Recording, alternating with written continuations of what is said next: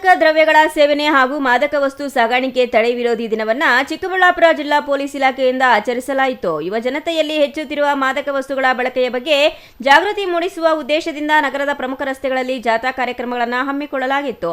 ಇನ್ನು ಸಾವಿರಾರು ಸಂಖ್ಯೆಯಲ್ಲಿ ಶಾಲಾ ಕಾಲೇಜು ವಿದ್ಯಾರ್ಥಿಗಳು ಹಾಗೂ ಜಿಲ್ಲಾ ಮಟ್ಟದ ಅಧಿಕಾರಿಗಳು ಜಾಥಾದಲ್ಲಿ ಭಾಗವಹಿಸಿ ಸಹಿ ಸಂಗ್ರಹದ ಮೂಲಕ ಕಾರ್ಯಕ್ರಮಕ್ಕೆ ಚಾಲನೆ ನೀಡಿದರು.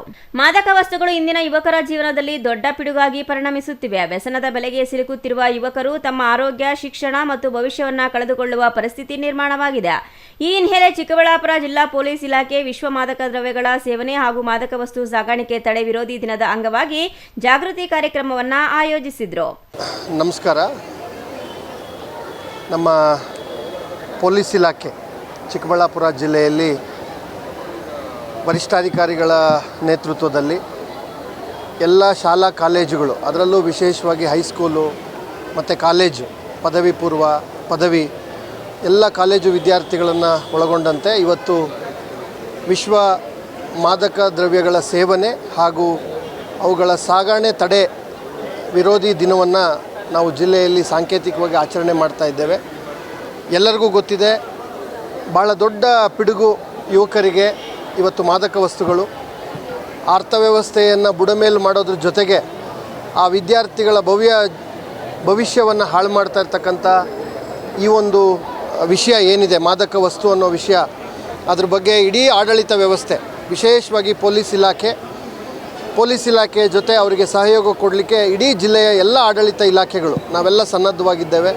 ವಿಶೇಷವಾಗಿ ಶಿಕ್ಷಣ ಇಲಾಖೆ, ಪದವಿ ಪೂರ್ವ ಹಾಗೂ ಪದವಿ ಎಲ್ಲರೂ ಕೂಡ ಸೇರಿ ಈ ಒಂದು ಸಂಕಲ್ಪದಲ್ಲಿ ನಾವೆಲ್ಲ ಕೈ ಜೋಡಿಸಿದ್ದೇವೆ. ಸಾಂಕೇತಿಕವಾಗಿ ಇವತ್ತು ಸುಮಾರು 1000ಕ್ಕೂ ಹೆಚ್ಚು ವಿದ್ಯಾರ್ಥಿಗಳು ಚಿಕ್ಕಬಳ್ಳಾಪುರ ನಗರದ ಪ್ರಮುಖ ರಸ್ತೆಗಳಲ್ಲಿ ಪಥಸಂಚಲನ ಮಾಡೋದ್ರ ಮೂಲಕ ಈ ಮಾದಕ ದ್ರವ್ಯಗಳ ವಿರೋಧಿ ಘೋಷಣೆಗಳನ್ನು ಕೂಗೋದ್ರ ಮೂಲಕ ಹಾಗೂ ಮಾದಕ ವಸ್ತುಗಳ ದುರುಪಯೋಗವನ್ನು ತಡಿತೀನಿ ಅನ್ನೋ ಒಂದು ಶಪಥವನ್ನು ವಿದ್ಯಾರ್ಥಿಗಳು ಮಾಡೋದ್ರ ಮೂಲಕ ಇದಕ್ಕೆ ನೈತಿಕವಾದಂಥ ಬೆಂಬಲವನ್ನು ಕೊಡ್ತಾ ಇದ್ದಾರೆ.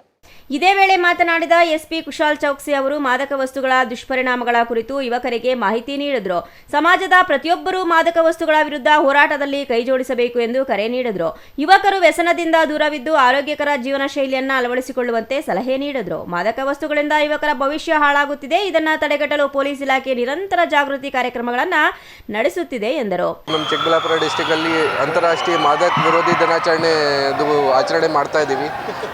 ಆಲ್ ಓವರ್ ಡಿಸ್ಟಿಕ್ ಎಲ್ಲ ತಾಲೂಕಾ ಲೆವೆಲಲ್ಲಿ ಮತ್ತು ಹಳ್ಳಿಗಳಲ್ಲಿ ಕೂಡ ನಾವು ಈ ಪ್ರೋಗ್ರಾಮ್ ಒಂದು ಆರ್ಗನೈಸ್ ಮಾಡ್ತಾ ಇದ್ದೀವಿ. ಒಂದು ಅವೇರ್ನೆಸ್ ಆಗಬೇಕು ಎಲ್ಲ ಪಬ್ಲಿಕ್ಗೆ, ಮಕ್ಕಳಿಗೆ, ಸ್ಟೂಡೆಂಟ್ಸ್ಗೆ.